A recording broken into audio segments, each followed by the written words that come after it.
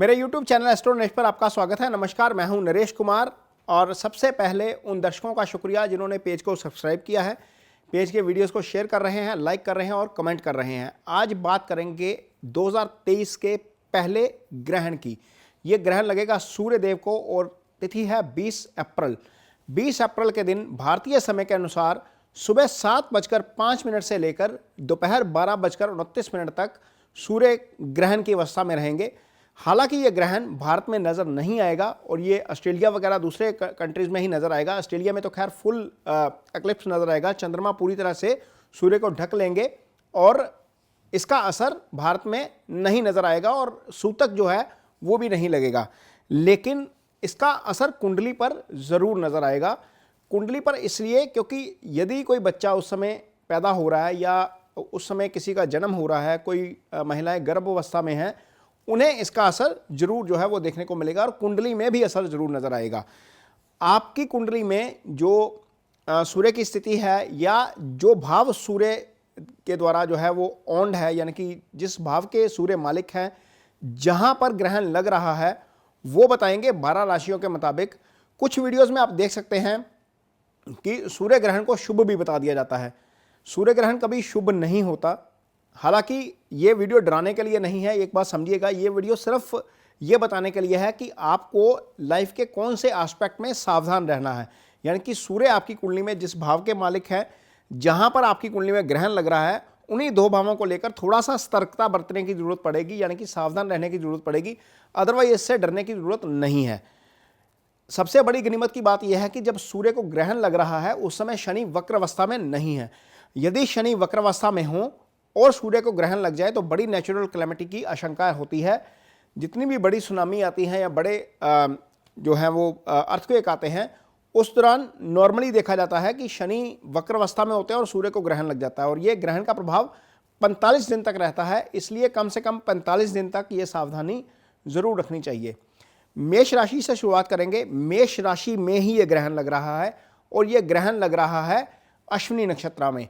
और जब मेष राशि में ग्रहण लग रहा है तो सूर्य जहां पर ग्रहण है वहां उससे सप्तम यानी कि सीधा भाव जहां पर सूर्य की दृष्टि पड़ेगी और सूर्य इस कुंडली में पंचम के मालिक बनते हैं। 3 भाव यहां पर आपको सावधान रहने की जरूरत है। अब सेल्फ है, यानी कि चंद्रमा आपका मेष राशि का है, वहां पर सूर्य को ग्रहण लग गया। इसका मतलब यह है कि आपके स्वास्थ्य को लेकर चिंता हो सकती है। मैं ये इसलिए बोल रहा हूं क्योंकि सूर्य स्वास्थ्य के कारक ग्रह हैं। ये तो 12 की 12 राशियों के ऊपर ये इंप्लीमेंट होगा 20 अप्रैल से लेकर 45 दिन अगले। स्वास्थ्य को लेकर खास जो है वो सावधानी बरतने की जरूरत पड़ेगी। 7वां भाव आपके पार्टनर का भाव होता है, लाइफ पार्टनर भी और बिजनेस पार्टनर भी। उनकी हेल्थ को लेकर भी थोड़ा सा आपको अलर्ट रहना पड़ेगा, उनके साथ रिलेशनशिप को लेकर भी अलर्ट रहना पड़ेगा।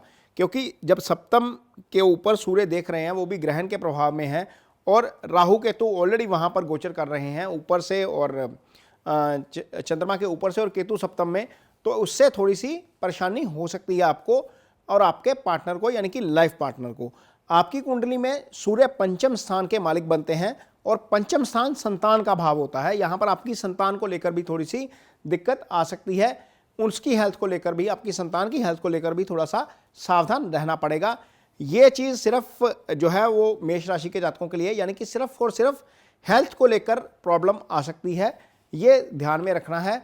और यदि इस दौरान सूर्य के जो है वो मंत्रास पढ़ेंगे या सूर्य नमस्कार करेंगे तो आपको इससे राहत मिलती है। लगातार 45 दिन कम से कम सूर्य नमस्कार जरूर करिए। सूर्य जो है वो हेल्थ के कारक हैं, वो आपको निश्चित तौर पर स्वास्थ्य लाभ देते हैं। अब बात करेंगे वृषभ राशि के जातकों की। वृषभ राशि के जातकों के लिए जो ग्रहण लग रहा है वो 12वें भाव में लग रहा है। 12वां भाव क्या होता है, सबसे पहले ये समझने की जरूरत है। 12वां भाव आपकी कुंडली में अनिद्रा का भाव होता है। मोक्ष यहीं से आता है, खर्चे यहीं से आते हैं, आपका हॉस्पिटलाइजेशन यहीं से आता है। जब 12वें भाव में ग्रहण लगेगा तो 6ठे भाव पर सूर्य की दृष्टि है, यह भाव भी पीड़ित होगा। ये रोग ऋण शत्रु का भाव है। यानी कि वृष राशि के जातकों को किसी की गारंटी नहीं लेनी, किसी को पैसे नहीं देने, किसी के अनावश्यक विवाद में नहीं फंसना और खर्चे के ऊपर थोड़ा सा नियंत्रण रखिए। ये खर्चे बढ़ जाएंगे अगले 45 दिन के लिए 20 अप्रैल के बाद। और यदि आपको कोई हेल्थ संबंधित कोई इशू आता है तो थोड़ा सा ज़्यादा सावधान रहिए, क्योंकि हॉस्पिटलाइजेशन वाला भाव एक्टिवेट हो जाएगा। ऐसा ना हो कि हॉस्पिटल जाने की नौबत आ जाए। आपकी कुंडली में सूर्य चौथे भाव के मालिक बनते हैं। चौथा भाव सुख स्थान होता है, चौथा भाव माँ का स्थान होता है। तो यहाँ पर माँ की हेल्थ को लेकर भी थोड़ा सा कंसर्न रह सकता है, क्योंकि इस भाव का स्वामी जो है वो ग्रहण के प्रभाव में है। यदि आप प्रॉपर्टी खरीदने की योजना बना रहे हैं तो अगले 45 दिन तक थोड़ा सा टाल देंगे तो ज़्यादा अच्छा रहेगा, क्योंकि हो सकता है कि वो डील आपके मुताबिक ना मिल पाए। प्रॉपर्टी या गाड़ी, कुछ भी जहाँ से सुख आता है, जहाँ से सुख मिलता है, क्योंकि ये सुख स्थान है, उस भाव का स्वामी जब ग्रहण के प्रभाव में है तो कोशिश करिए कि इस दौरान प्रॉपर्टी या कोई गाड़ी खरीदने से बचना चाहिए। वृष राशि के जातकों को डील कर भी लेते हैं तो उसकी डिलीवरी मत लीजिएगा। अब बात करेंगे मिथुन राशि के जातकों की। मिथुन राशि के जातकों के लिए सूर्य 11वें भाव से गोचर कर रहे होंगे। 11वें भाव में सूर्य का गोचर वैसे शुभ माना जाता है, लेकिन चूंकि ग्रहण के प्रभाव में आ गए हैं तो ग्रहण के प्रभाव में आने के कारण 11वें भाव से संबंधित जो फल है उनकी हानि हो सकती है। 11वां भाव आय का भाव होता है, 11वां भाव प्रमोशन का भाव होता है। 11वें भाव से आपको फलों की प्राप्ति होती है जो आप कर्म करते हैं। तो यहाँ पर यह स्थिति थोड़ी सी हो सकता है कि आपको थोड़ा सा वेट करना पड़े, क्योंकि वहाँ पर सूर्य ग्रहण के प्रभाव में आ गए हैं। जब सूर्य 11वें भाव में ग्रहण में है तो पंचम भाव को भी पीड़ित कर जाएंगे। पंचम भाव आपकी संतान का भाव है। पंचम भाव से आप निश्चल प्रेम देखते हैं, यानी कि यदि आपका रिश्ता होना है तो हो सकता है कि वहाँ पर भी कोई अड़चन आ जाए। यदि आपको लगता है कि कोई स्थिति बन रही है इस तरह की, रिलेशनशिप में कोई प्रॉब्लम हो रही है, तो ये थोड़ा सा अलर्ट हो जाइए, थोड़ा सा सावधान हो जाइए और स्थिति को अवॉइड करने की कोशिश करिए। सिचुएशन यदि अवॉइड करेंगे, पीसफुली चीज़ें निकल जाएंगी तो आपको कोई दिक्कत नहीं होगी। सूर्य आपकी कुंडली में तीसरे भाव के स्वामी बनते हैं। तीसरा भाव कर्ज का भाव है, तो ऐसा हो सकता है कि इस 45 दिनों के दौरान आप फैसले लेने में थोड़े से कंफ्यूज नजर आए। और यदि ये ऐसा होता है तो आप थोड़ा सा ये समझिए कि किसी की मदद ली जा सकती है इस मामले में, यदि आपको कन्फ्यूजन होता है तो। ये तीसरा भाव है। तीसरा भाव छोटे भाई का भी भाव है। छोटे भाई के साथ अंडरस्टैंडिंग या उसकी हेल्थ को लेकर भी कोई ना कोई दिक्कत हो सकती है। ये थोड़ा सा ध्यान रखना पड़ेगा, क्योंकि ग्रहण जो है वो लग रहा है आपकी कुंडली में 11वें भाव में और तीसरे भाव के स्वामी पीड़ित हो रहे हैं। अब बात करेंगे कर्क राशि के जातकों की। कर्क राशि के लिए ये जो ग्रहण लग रहा है वो लग रहा है 10वें भाव में। 10वें भाव में जब सूर्य को ग्रहण लगता है तो ये जो भाव है ये आपके पिता का भाव है। ये सबसे पहली बात यह है कि ये आपका कर्म स्थान है, आपका जॉब है, आपका प्रोफेशन है, आपका कारोबार है। ये भाव जब ग्रहण के प्रभाव में है तो यहाँ पर आपको इस भाव से संबंधित सिग्निफिकेंस थोड़े से डिस्टर्ब नजर आ सकते हैं। हो सकता है कि कार्यस्थल पर आपकी किसी के साथ कंट्रोवर्सी हो जाए, कार्यस्थल पर जो आप काम कर रहे हैं उसको रिकॉग्नाइजेशन थोड़ी सी कम मिले, ऐसा संभव है सूर्य ग्रहण के प्रभाव से। सूर्य यदि दशम में बैठेंगे, दशम में ग्रहण में होंगे तो चौथे भाव को देखेंगे। ये माँ का भाव है, ये सुख स्थान है। तो प्रॉपर्टी खरीदने की कोई योजना है या कुछ कार वगैरह खरीदनी है तो वहाँ पर फैसला आपको टाल देना चाहिए, इससे आपको थोड़ी सी प्रॉब्लम हो सकती है। दूसरे भाव के स्वामी सूर्य बनते हैं आपकी कुंडली में कर्क राशि के जातकों के लिए। ये धन का भाव होता है, ये कुटुंब का भाव होता है, ये ईटिंग हैबिट्स का भाव होता है। तो ईटिंग हैबिट्स पर कंट्रोल रखना पड़ेगा, क्योंकि राहु यहाँ पर देख भी रहे हैं। एक तो सूर्य इस भाव के स्वामी हैं, राहु यहाँ पर देख भी रहे हैं। इससे हो सकता है कि चीज़ें थोड़ी सी गड़बड़ हों आपके लिए, तो आपको थोड़ा सा ध्यान रखना पड़ेगा कर्क राशि के जातकों को। अब बात करेंगे सिंह राशि के जातकों की। सिंह राशि जो है वो सूर्य की अपनी राशि है, यानी कि आपकी राशि के स्वामी को ही ग्रहण लग रहा है। अब सिंह राशि के लिए जो है वो ग्रहण लग रहा है 9वें स्थान में। 9वां स्थान क्या होता है? भाग्य स्थान। भाग्य स्थान जब ग्रहण के प्रभाव में आ जाता है तो आपका भाग्य साथ देना बंद कर देता है, या आपको फल जो है वो अपनी इच्छा के मुताबिक नहीं मिलता, या जितना आप डिजायर कर रहे हैं उससे थोड़ा सा कम मिलता है या मिलता ही नहीं है। तो ऐसा हो सकता है यदि आप कुछ एफर्ट कर रहे हैं तो वहां पर आपको कोई ना कोई अड़चन नजर आए या कोई आपकी चीज़ मटेरियलाइज ना हो पाए, तो थोड़ा सा एफर्ट ज़्यादा पुट ऑन करिएगा, क्योंकि 45 दिन तक यह प्रभाव रहेगा। सामने तीसरा भाव है 9वें भाव के, वहां पर केतु विराजमान है आपकी कुंडली में। तो जब केतु विराजमान है तो वहां पर आपको अपने भाई के साथ अंडरस्टैंडिंग में भाई की हेल्थ को लेकर इशू हो सकता है कि आप फैसला लेने में भी थोड़े से कंफ्यूज नजर आए। हेल्थ का जरूर ध्यान रखिए, क्योंकि सूर्य ही हेल्थ के कारक हैं और सूर्य ही आपकी कुंडली में जो है वो राशि के स्वामी बनते हैं और वो सूर्य ही ग्रहण के प्रभाव में आ जाएंगे। तो ये चीज़ सिंह राशि के जातकों को थोड़ा सा ध्यान में रखनी पड़ेगी। अब बात करेंगे कन्या राशि के जातकों की। कन्या राशि के जातकों के लिए सूर्य जो है वो 12वें भाव के स्वामी बनते हैं। 12वें भाव का स्वामी ग्रहण में चला जाएगा और ग्रहण लग रहा है अष्टम भाव में। अष्टम भाव में सूर्य का चले जाना अच्छा नहीं होता वैसे भी गोचर में, और वहाँ पर ग्रहण के प्रभाव में आ जाना और ज़्यादा अच्छा नहीं है। अब अष्टम भाव क्या है? अष्टम भाव सडन लॉस है। अष्टम भाव से आयु देखी जाती है, अष्टम भाव से दुर्घटना देखी जाती है और लंबी बीमारी अष्टम भाव से देखी जाती है। दूसरा भाव मार्केश होता है, दूसरे भाव में केतु विराजमान है, यहाँ पर सूर्य की दृष्टि पड़ रही है। अब यहाँ पर जब सूर्य की दृष्टि पड़ रही है तो ये मार्केश भाव है और यहाँ पर यदि आपको कोई प्रॉब्लम होती है, मान लीजिए 20 अप्रैल के बाद सडनली बॉडी में कुछ चेंज फील होता है या कुछ बुखार हो जाता है या कुछ और प्रॉब्लम हो जाती है, कुछ और डिजीज डेवलप होती है, तो उसको नज़रअंदाज मत करिए, उसको सीरियसली लीजिएगा, क्योंकि अष्टम भाव लंबी बीमारी का भाव है। ऐसा ना हो कि आप छोटे मोटे बुखार को या छोटे मोटे खांसी जुकाम को नज़रअंदाज करें, जैसे रूटीन में कर जाते हैं, आगे जाकर यह समस्या बिगड़ सकती है। ये आपको थोड़ा सा ध्यान में रखना पड़ेगा। और खाने पीने की आदतें और ड्राइविंग को खासतौर पर कंट्रोल में रखिए, क्योंकि जो दुर्घटना है वो भी अष्टम भाव से देखी जाती है और यहीं पर ग्रहण लग रहा है। और ऊपर से आपकी कुंडली में जो कन्या राशि के जातकों के लिए 12वां भाव है वो हॉस्पिटलाइजेशन का भाव है, उस भाव का स्वामी अस्त स्थिति में जा रहा है। तो ये चीज़ आपको थोड़ी सी खास तौर पर बोल रहा हूँ मैं, हेल्थ और अपनी दुर्घटना को लेकर थोड़ा सा ध्यान रखना पड़ेगा कन्या राशि के जातकों के लिए। अब बात करेंगे तुला राशि के जातकों की। तुला राशि के जातकों के लिए जो ग्रहण लग रहा है वो लग रहा है सप्तम भाव में। सप्तम भाव आपके पार्टनर का भाव है, आपका बिजनेस पार्टनर और आपका लाइफ पार्टनर दोनों ही जो है वो सप्तम भाव से आते हैं। अब जो तुला राशि है उसके लिए जो सूर्य हैं वो 11वें भाव के मालिक बनते हैं। 11वां भाव आपकी एलिवेशन, तरक्की का भाव, आपके कर्मों के फलों का भाव और आपकी आय का भाव, ये भाव का स्वामी अस्त हो गया, यानी कि सूर्य जो है वो ग्रहण में आ गया, अस्त नहीं हुआ, ग्रहण में आ गया। और इसके ऊपर राहु की दृष्टि भी पड़ रही है, यानी कि भाव का स्वामी भी और भाव के ऊपर भी राहु की दृष्टि, दोनों ही राहु के चपेट में आ गए। इसका मतलब यह है कि आपकी आय प्रभावित हो सकती है, सबसे पहली बात ये। दूसरा बात, आपकी पार्टनर की हेल्थ को लेकर इशू हो सकता है। तीसरा, आपकी अपनी हेल्थ को लेकर इशू हो सकता है। तो ये चीज़ें सूर्य ग्रहण के प्रभाव के कारण तुला राशि के जातकों को देखने को मिल सकती हैं। यहाँ पर थोड़ा सा आपको अपने आप को मानसिक तौर पर तैयार करना चाहिए। 45 दिन तक ये प्रभाव रह सकता है, इसलिए हम ये वीडियो अलर्ट करने के लिए डाल रहे हैं। यहाँ पर डरने की ज़रूरत नहीं है, लेकिन सूर्य ग्रहण का प्रभाव कुंडली में ज़रूर नजर आएगा। अब बात करेंगे वृश्चिक राशि के जातकों के लिए। वृश्चिक राशि के जातकों के लिए जो ग्रहण लग रहा है वो लग रहा है आपके छठे भाव में।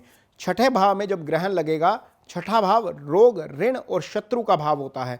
जब रोग, ऋण, शत्रु के भाव में ही ग्रहण लग रहा है तो तीनों चीज़ों से अलर्ट रहने की ज़रूरत है, यानी कि किसी की गारंटी नहीं लेनी, किसी के अनावश्यक विवाद में नहीं फंसना, और यदि कोई प्रॉब्लम आती है, फिजिकली प्रॉब्लम आती है, तो उसको सीरियसली लेना है। ये चीज़ सबसे पहली बात यह है शारीरिक इशू के लिए।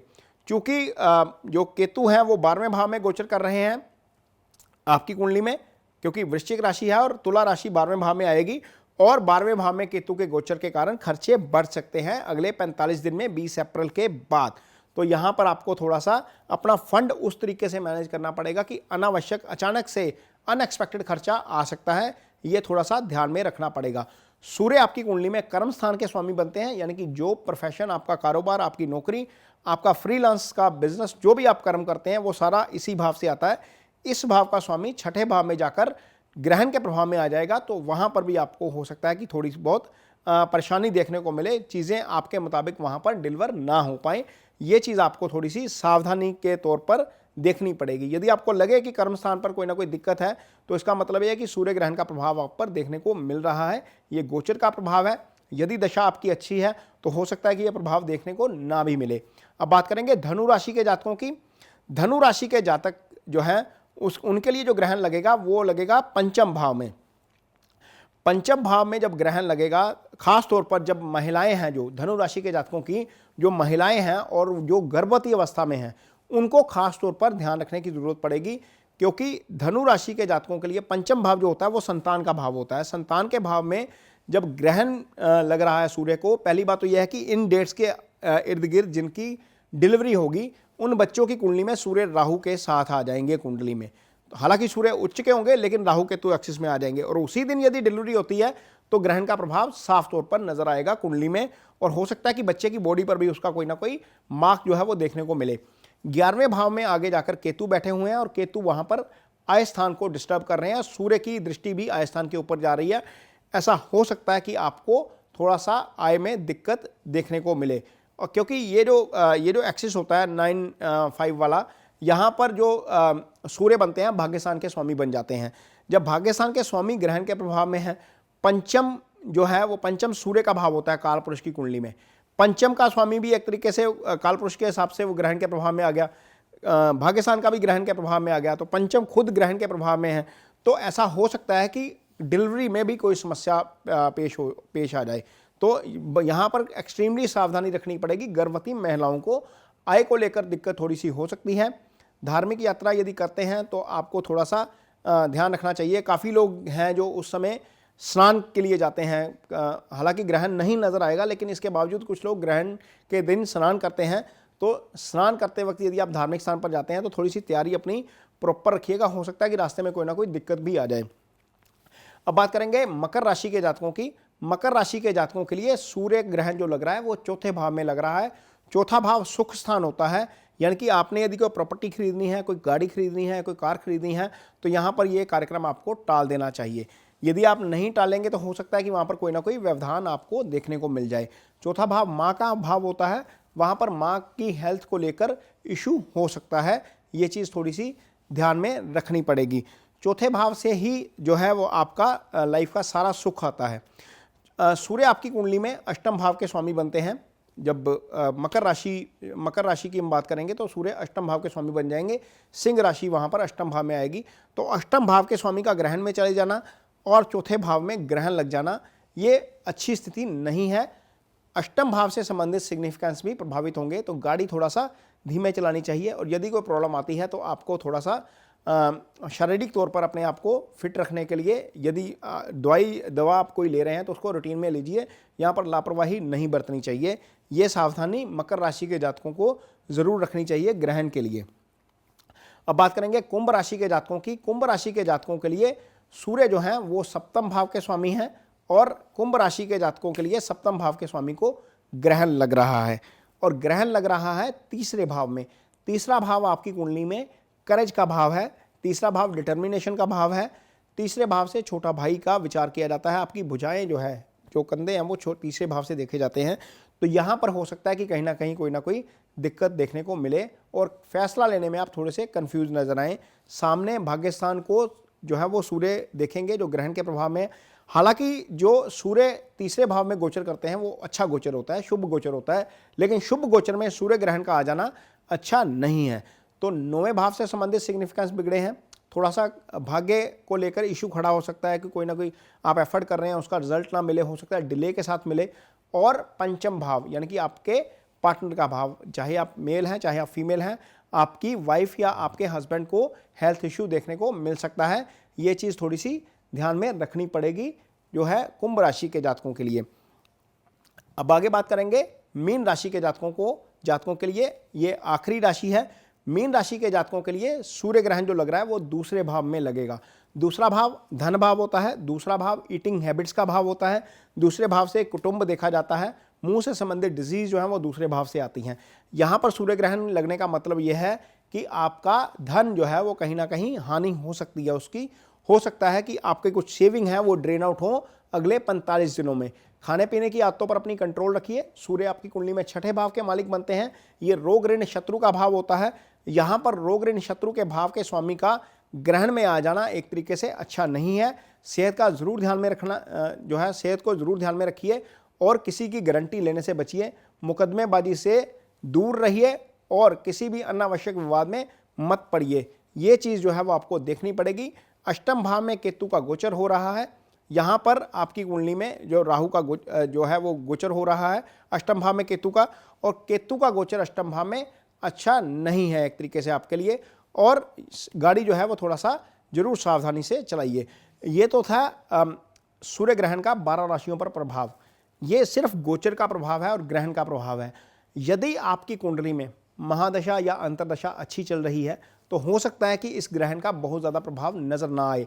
इस वीडियो का मकसद आपको डराना नहीं है। मैं फिर एक बार कह रहा हूँ, इस वीडियो का मकसद सिर्फ आपको सावधान करना है कि जो लाइफ के कुछ एस्पेक्ट्स हैं जहाँ पर सूर्य आपकी कुंडली में प्रभाव रखते हैं या जहाँ पर ग्रहण का प्रभाव नज़र आ सकता है, उसी के बारे में आपको थोड़ा सा अलर्ट करना है। ये वीडियो आपको कैसा लगा यदि ये वीडियो आपको कैसा लगा इस पर कमेंट बॉक्स में मुझे अपनी राय ज़रूर दीजिए। यदि ये वीडियो अच्छा लगा है तो इसे शेयर ज़रूर करिए। हो सकता है कि ये वीडियो आपको थोड़ा सा नेगेटिव लगे, लेकिन ये हमारी ड्यूटी है बीइंग ए एस्ट्रोलॉजर कि आपको हम जो आने वाले खतरे के बारे में या आने वाली समस्या के बारे में ज़रूर अलर्ट करें। इसके साथ ही मुझे दीजिए इजाज़त। नमस्कार।